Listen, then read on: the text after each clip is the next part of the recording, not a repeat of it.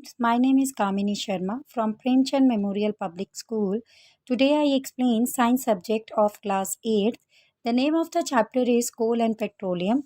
The learning objectives of this chapter are natural resources, coal, natural gas, inexhaustible and exhaustible natural resources, petroleum, fossil fuels are limited. So let's start our chapter. We use various materials to fulfill our basic requirement. Some of these found in a nature while a lot many are man-made. अगर बच्चे हम लोग बात करें materials की तो बहुत सारे मटेरियल्स हम लोग यूज़ करते हैं अपनी बेसिक रिक्वायरमेंट को फुलफ़िल करने के लिए। अब वो जो बेसिक रिक्वायरमेंट को फुलफ़िल करने के लिए हम लोग जो मटेरियल यूज़ करते हैं, कुछ मटेरियल्स तो हमें नेचर से मिलते हैं और कुछ कहाँ से होते हैं, मैन मेड होते हैं। We use air to breathe, we use water to drink, and for various other activities both air and water are natural resources. Things like a paper, cloth, furniture, a computer, cars, etc. अगर हमें breathe भी करना है तो breathe करने के लिए हम क्या यूज़ करते हैं, एयर। और वाटर हम लोग किस पर्पज़ के लिए यूज़ करते हैं, ड्रिंक के पर्पज़ के लिए यूज़ करते हैं। तो इस तरह से एयर और जो वाटर है वो हमारे नेचुरल रिसोर्सेज है जिन्हें हम लोग यूज़ करते हैं अलग अलग पर्पज़ के लिए। इवन इन्हीं नेचुरल रिसोर्सेज को यूज़ कर कर हम कई तरह की चीज़ें भी बनाते हैं, जैसे पेपर हो गया, क्लोथ हो गया, फर्नीचर हो गया, कंप्यूटर हो गया।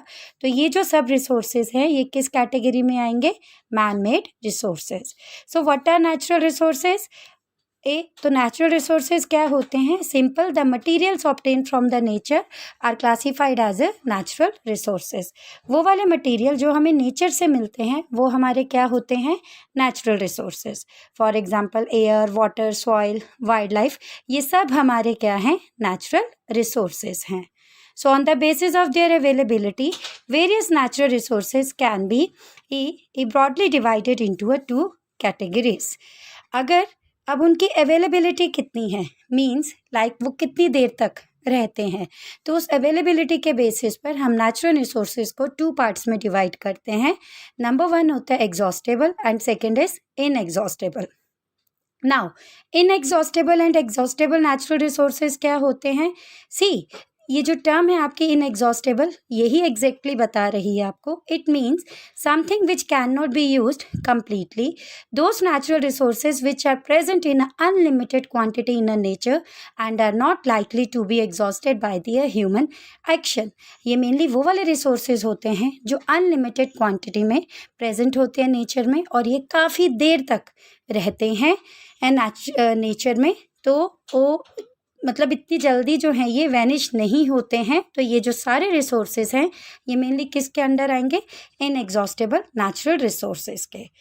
फॉर एग्जांपल जैसे हम कह सकते हैं सनलाइट हो गया, एयर हो गया, वाटर हो गया, ये सब हमारे कौन से रिसोर्सेज है, inexhaustible resources. Now, exhaustible means something which can be used up completely so that nothing is left behind. Those resources which are present a limited quantity in nature and can be exhausted by a human activities.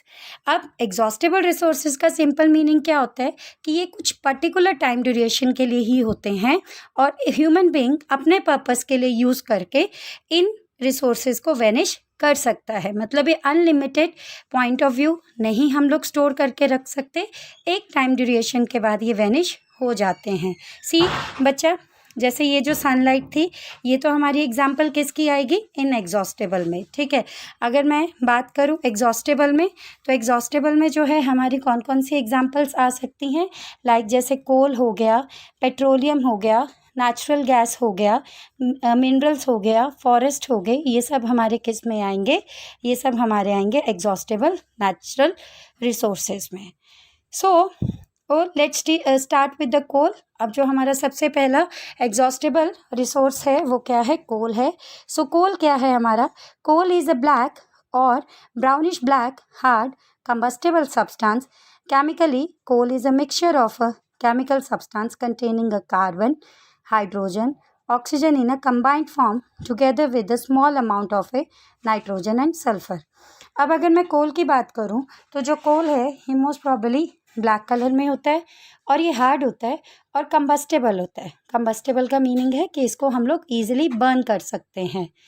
और chemically अगर हम लोग बोलें कि कोल जो है वो किस किस का मिक्सचर है, तो उसमें कौन कौन से केमिकल सब्सटेंस प्रेजेंट होते हैं?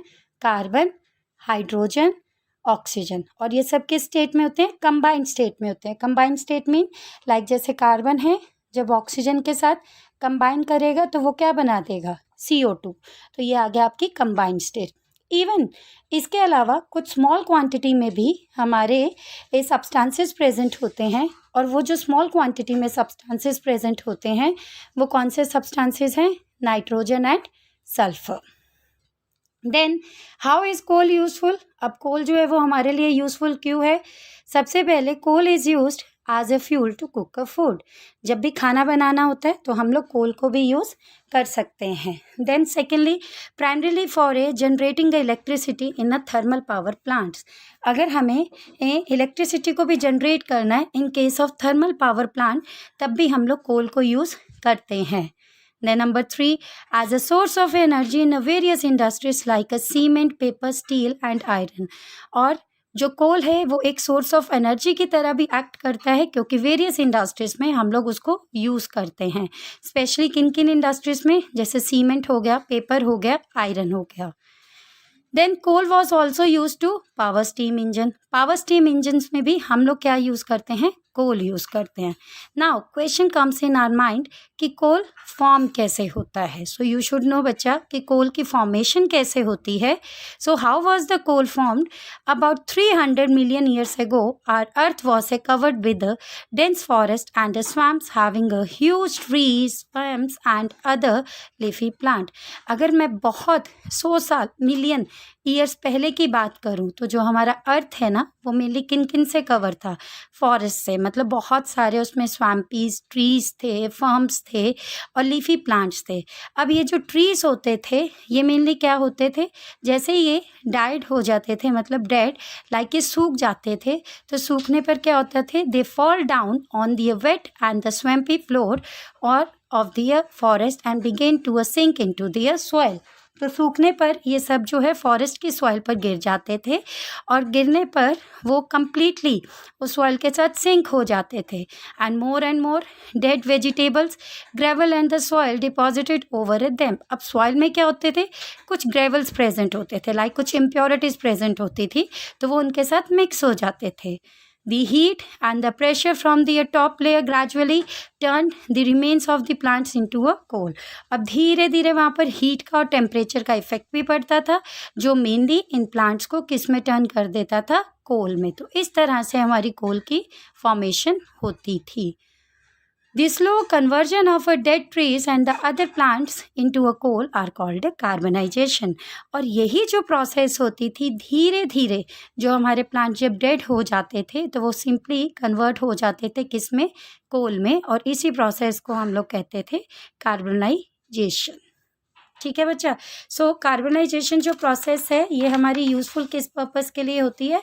कार्बनाइजेशन को हम लोग यूज़ करते हैं कोल की फॉर्मेशन में। Now see, we have a different types of coal। अब different types of coal कैसे है? Coal is a mainly classified into a 4 main types। ये 4 main types में classified होता है। So बच्चा it depends upon the availability of the coal, कि जो coal है वो कितने amount में present है, like उसकी availability कितनी है। See the table, अगर तो जो compound है उसमें 90% coal present है, then it comes in anthracite। If 60% then it is a bituminous, 40% है तो लिग्नाइट और 20% है तो पीट। और इनकी प्रॉपर्टीज़ क्या है? जो एंथ्रासाइट होते हैं ये हमारे शाइनी ब्लैक और वेरी हार्ड होते हैं, बिटुमिनस ब्लैक इन कलर होते हैं, और लिग्नाइट जो है वो ब्राउन इन कलर और सॉफ्टर होते हैं। पीट क्या होते हैं? ये भी ब्राउन इन कलर होते हैं और ये इससे भी ज़्यादा सॉफ्ट होते हैं। नाउ अब जो कोल है हमने पीछे बढ़ा, बहुत ज़्यादा यूज़फुल है, उसको हम लोग वेरियस पर्पसेस के लिए यूज़ करते हैं, बट सम टाइम बच्चा इट्स इफेक्ट्स अस। ठीक है, इसका इफेक्ट भी होता है हम पर और वो बुरा इफेक्ट होता है। So burning of a coal is a serious problem. अगर हम कोल को बर्न करते हैं ना तो बहुत ही ज़्यादा सीरियस प्रॉब्लम भी है। क्यों है? It is major cause of the air pollution, एक तो वो सबसे ज़्यादा एयर पोल्यूशन को प्रोड्यूस करता है, and secondly when coal burns it produces a carbon dioxide, nitrogen dioxide and lot of smoke.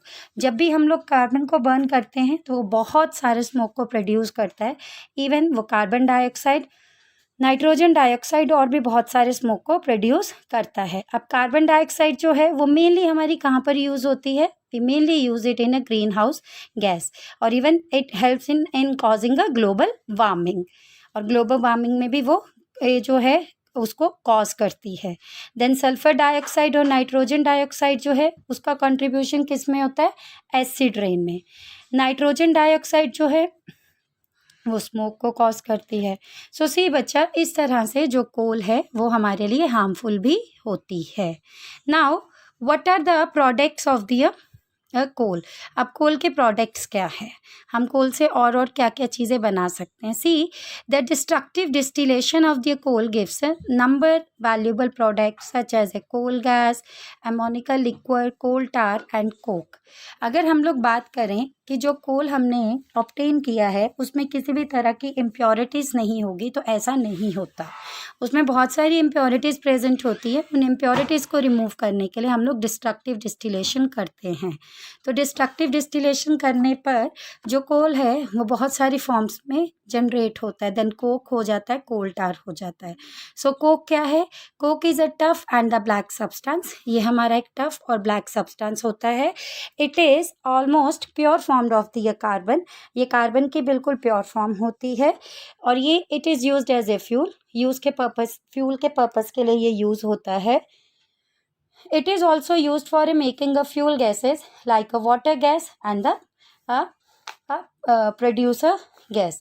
और ये जो है इवन फ्यूल गैसेस के पर्पस के लिए भी यूज़ होता है, जैसे वाटर गैस वगैरह में भी ये यूज़ होता है।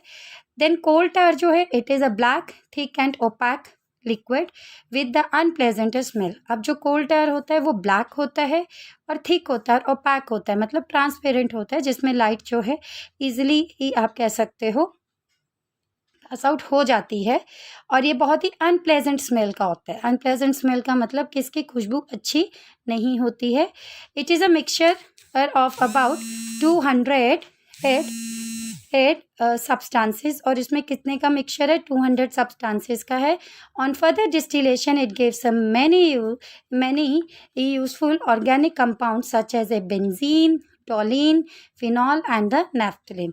और जब हम इसकी फ्रैक्शनल डिस्टिलेशन करते हैं ना, तो ये बहुत सारे ऑर्गेनिक कंपाउंड्स को जो है फॉर्म करता है, जैसे बेंजीन हो जाता है, टोलिन हो जाता है, फिनॉल हो जाता है, नैफ्थलीन बॉल्स होते हैं। The compounds are used to make the various substances such as a synthesis dyes, drugs, perfumes, paints, plastic, naphthalene balls. Even ये जो इनके कंपाउंड्स होते हैं ना, बेंजीन, फिनॉल वगैरह, इन सब को भी हम लोग यूज़ करते हैं अलग अलग पर्पसेस के लिए। जैसे सपोज जो है डाइस के पर्पस में, ड्रग्स के, परफ्यूम्स में, पेंट्स में और नेफ्थलीन बॉल्स में ये सब जो है प्रेजेंट होते हैं। सो बच्चे, नेफ्थलीन बॉल होती क्या है? हमारी जो फेनाइल की वाइट वाइट गोल गोल गोलियाँ होती है ना, उसको हम लोग कहते हैं naphthalene balls. So naphthalene balls are use to repel moth and other insects. अब जो नेफ्थलीन बॉल होती है उसका मेन पर्पस क्या होता है? वो क्या करते हैं, अगर कोई भी कीड़ा या कोई भी इंसेक्ट जो है कहीं पर लग रहा हो, स्पेशली जैसे सपोज बच्चा, अगर हम लोग बात करते हैं समर और विंटर क्लोथ्स की, तो जब विंटर सीजन आता है तो मदर क्या करती है आपकी, समर क्लोथ्स को पैक करके कबर्ड में या कहीं पर भी रख देती हैं, तो उसमें क्या करती है, नेफ्थलीन बॉल्स को डालते हैं। और वो नेफ्थलीन बॉल्स को क्यों डालते हैं? ताकि किसी भी तरह का कोई कीड़ा कपड़े पर ना लग जाए। So our next topic is petroleum.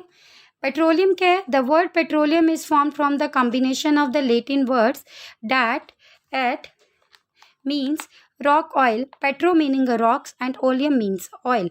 अब जो वर्ड है हमारा पेट्रोलियम, वो मेनली दो लेटिन वर्ड्स का कॉम्बिनेशन है। एक है पेट्रो, पेट्रो का मतलब होता है रॉक्स और ओलियम का मतलब होता है oil. So petroleum is also a natural occurring liquid. ये भी हमारा क्या है, नेचुरल रिसोर्सेज है, और नेचुरल अक्रिंग जो है ये हमारा एक लिक्विड है।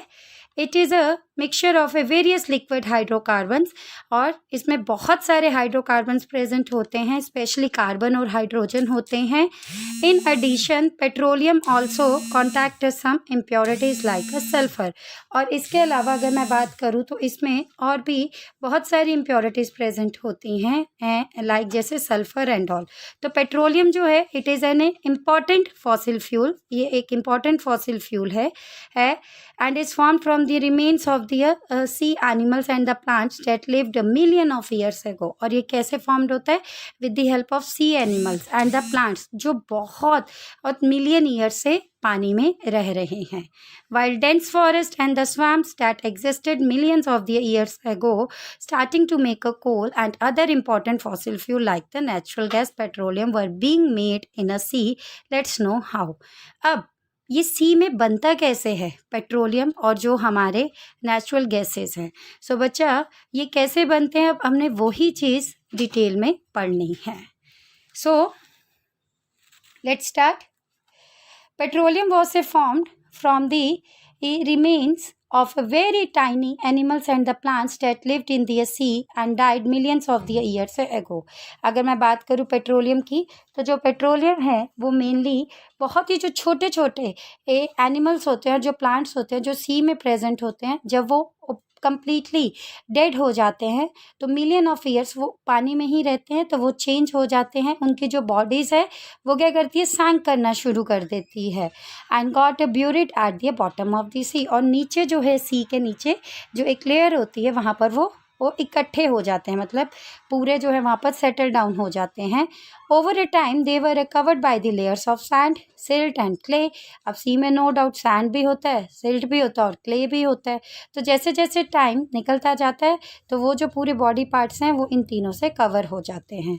Over million of years the layers of the sand, silt and clay become a very thick and the remain buried a deeper and the deeper. तो जैसे जैसे टाइम निकलता जाता है ये जो लेयर्स होती है सैंड की और सिल्ट की और क्ले की, ये भी काफ़ी थिक हो जाती है।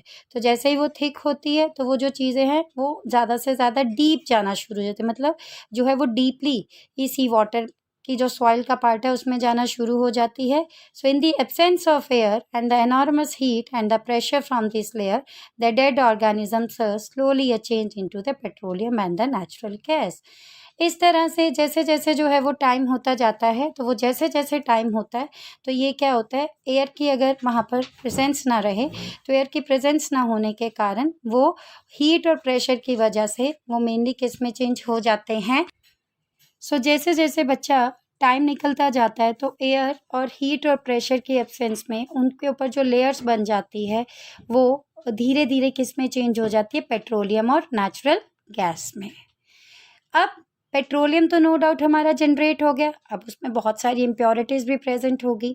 सो what is our next step, हमारा नेक्स्ट स्टेप क्या होगा, रिफाइनिंग ऑफ पेट्रोलियम। अब हमें क्या करना है, पेट्रोलियम को रिफाइन करना है। So petroleum is a black smelly liquid, ये हमारा ब्लैक स्मेली लिक्विड होता है और इसमें it contains many useful substances like a petroleum gas, petrol, diesel, oil, paraffin wax, fuel oil, lubricating oil, naphtha etcetera. ये इसका सारा कंपोजिशन है, मतलब इसमें ये सब सब्सटेंसेस प्रेजेंट होते हैं। कौन कौन से, petrol, diesel oil, paraffin wax. So the various constituent of the petroleum are separated by the process called petroleum refining. अब हमें क्या करना है, हमें तो बेटा एक प्योर पेट्रोल चाहिए। अब उस प्योर पेट्रोल को जनरेट करने के लिए हम लोग कौन सी प्रोसेस को फॉलो करेंगे, पेट्रोलियम रिफाइनिंग की। Now, petroleum and environment. So, petroleum production are affect the environment in a many ways. अब ये जो पेट्रोलियम प्रोडक्शन होता है ये इन्वायरमेंट में बहुत वे से इफेक्ट डालता है। ड्रिलिंग फॉर द पेट्रोलियम में cause a disturbance in the aquatic ecosystem. अगर हम लोग पेट्रोलियम का बोले तो उसका सबसे पहले इफेक्ट किस पे पड़ता है, एक्वेटिक इकोसिस्टम पर। एक्वेटिक इकोसिस्टम का मतलब होता है वो वाले स्पेसिस जो वाटर में रहते हैं, तो उन पर काफ़ी ज़्यादा इफेक्ट पड़ता है। देन ट्रांसपोर्टिंग पेट्रोलियम में यूज़ ऑयल स्पिल्स। अगर हमने गाड़ियों को भी यूज़ करना है तो हम लोग वहाँ पे भी क्या यूज़ करते हैं, पेट्रोल को ही यूज़ करते हैं। Then refining of petroleum to produce various products में lead to a water and the air pollution. जब हम पेट्रोलियम की रिफाइनिंग करते हैं ना, मतलब उसको प्योर करते हैं, जो उसमें इम्प्योरिटीज़ प्रेजेंट है उनको रिमूव करते हैं, तो उसकी वजह से क्या होता है, वाटर और एयर पोल्यूशन भी ये जनरेट हो जाता है। Now next topic is natural gas. So natural gas क्या है हमारा? नेचुरल गैस का बच्चा फॉर्मूला होता है CH4. ओके, मीथेन इसमें हमारा स्पेशली अल्केन ग्रुप आता है, that you will study in higher classes. 10th में पढ़ोगे आप अल्केन ग्रुप के बारे में. सो नेचुरल गैस क्या होता है? Is the another fossil fuel. ये भी हमारा एक तरह का फॉसिल फ्यूल होता है, that occurs along the crude oil and it is also formed due to the slow decomposition of the fossil fuel. ये भी हमारा एक तरह का क्रूड ऑयल ही होता है, जो मेनली कैसे फॉर्म होता है? धीरे धीरे डिकम्पोजिशन होने पर. ठीक है, डिकम्पोजिशन किसका? फॉसिल फ्यूल्स का. अब डिकम्पोजिशन क्या होता है बच्चा? कि एक सब्सटेंस है, see if I am having a this pen, अब ये एक अकेला पेन है, अब मैं क्या कर देती हूँ? इसको तोड़ देती हूँ. तो जब मैं इसको तोड़ देती हूँ तो इसके कितने पार्ट्स हो सकते हैं? 2 भी हो सकते हैं, 2 से ज़्यादा भी हो सकते हैं. So that is the meaning of decomposition in science. तो वो डिकम्पोजिशन किसका करते हैं? फॉसिल्स का. So it is easy to transport through the underline pipes. फिर ये ईजिली क्या कर देते हैं? उनको ट्रांसपोर्ट कर देते हैं पाइप्स की हेल्प से. इट कंसिस्ट, देखिए जो मैंने आपको पहले ही बताया, नेचुरल गैस में क्या होता है? मीथेन होता है, and the formula of methane is CH4. It Burns completely, ये पूरी तरह से जलता है. और जब ये भी बर्न होता है, so when it Burns it releases A carbon dioxide, water and a large amount of heat. तो जब भी हम इसको जलाते हैं तो ये मेनली क्या करता है? कार्बन डाइऑक्साइड भी रिलीज करता है और large amount of heat energy भी रिलीज करता है. In case बच्चा, it releases a more energy than the other fuel. It produces a least amount of carbon dioxide at it burns it completely. In case अगर ये completely burn नहीं करता है तो वो mainly क्या करेगा? least amount में जो है कार्बन डाइऑक्साइड को रिलीज करता है. It also occurs in a larger amount as compared to oil and coal. और ये ज़्यादा यूज़ होता है as comparison to पेट्रोलियम और कोल के, और इवन ज़्यादा अमाउंट में ही इसको प्रोड्यूस किया जाता है. Natural gas is stored under a high pressure as compressed natural gas. अब जो नेचुरल गैस होती है इनको हम लोग स्टोर करते हैं, पर उसके लिए कंडीशन क्या है? प्रेशर हमेशा हाई होना चाहिए, और CNG के अंदर हम इसको स्टोर करते हैं. So it is used in heating, cooking, power generation, motor vehicles and to produce a nitrogen for a fertilisers and carbon and black to use in the tyre industries. तो हम जो natural gas है इसको हम लोग use करते हैं heating के पर्पज़ के लिए, कुकिंग के पर्पज़ के लिए, और इवन पावर जनरेशन मतलब इलेक्ट्रिसिटी वगैरह को भी प्रोड्यूस करने के लिए हम लोग यूज़ करते हैं. इवन ये हेल्प करता है, नाइट्रोजन को भी प्रोड्यूस करता है, फर्टिलाइजर्स एंड ऑल. इस तरह से हम इसको यूज़ करते हैं डिफरेंट वे से. So use of natural gas is a advantages as it can be supplied through the pipes directly for the use as a fuel at a household and the factories. तो इस तरह से ये जो है हमारा use होता है डायरेक्टली, हम लोग इसको यूज़ करते हैं डिफरेंट वे से, इवन फैक्ट्रीज में भी और हाउस होल्ड में भी. So students, we use fossil fuels in a different ways, और नेचर में 90% जो है हमारा फॉसिल फ्यूल यूज़ किया जाता है, जिसकी वजह से इन्वायरमेंटल पोल्यूशन की प्रॉब्लम जो है वो भी अराइज हो जाती है. So environmental pollution including acid rain and global warming, it is estimated that the petroleum and the natural gas are likely to get exhausted with the next century. तो इससे हमें ये भी पता चलता है कि उसका इफेक्ट नो डाउट वो एसिड रेन भी करते हैं, ग्लोबल वार्मिंग में भी करते हैं. तो जो पेट्रोलियम और जो नेचुरल गैस है ना, वो क्या हो रहे हैं? हमारे एग्जॉस्ट होते जा रहे हैं जैसे जैसे हमारी नेक्स्ट सेंचुरी आएगी. So we must use fossil fuels very judicially. तो हमें जो फॉसिल फ्यूल्स है वो बहुत ही सोच समझ कर ही यूज़ करना चाहिए. Scientist are now trying to make a use of alternative sources of energy, solar energy, tidal energy and wind energy. तो इस तरह से जो साइंटिस्ट है उन लोगों ने इसके भी बहुत सारे वे निकाल दिए हैं कि अगर हमें एक सोर्स ऑफ एनर्जी को यूज़ करना है तो हम लोग क्या कर सकते हैं? सोलर एनर्जी, टाइडल एनर्जी और विंड एनर्जी को भी यूज़ कर जो है इलेक्ट्रिसिटी को जनरेट कर सकते हैं. So we can also contribute the in a conserving a fossil fuels. इस तरह से हम लोग फॉसिल फ्यूल्स को कंजर्व भी कर सकते हैं. Walk down to the nearby market instead of a going by a car. कैसे? अगर आप बेटा मार्केट के बिल्कुल पास ही जा रहे हो तो instead of using your car आप क्या करो, वॉक करके चले जाओ। Switching off the engine at the traffic light, अगर ट्रैफिक लाइट है, सिग्नल्स में हो, आप ट्रैफिक में कहीं स्टक हो गए हो तो आप उस टाइम क्या कर दीजिए, अपनी गाड़ी के इंजन को ऑफ कर दीजिए। Car pool is a good way to reduce the consumption of a fossil fuel, जो कार पूल है वो सबसे अच्छा वे होता है किस चीज़ को रिड्यूस करने में, फॉसिल फ्यूल को रिड्यूस करने में। So dear students, please watch the video properly and go through the content. If you have any query, then send it on a WhatsApp group. After reading the chapter, you have to do the back exercise. You have to do question number A, B, E and C in your book with pencil, and question number D, E, F and G you have to write in your science notebook. You should use black pen for writing the question and blue pen and for writing the answers. So please use black pen for the questions and blue pen for the answers. In case if you are having any query, then send it on a WhatsApp group. I am always be there. Thank you. Have a nice day.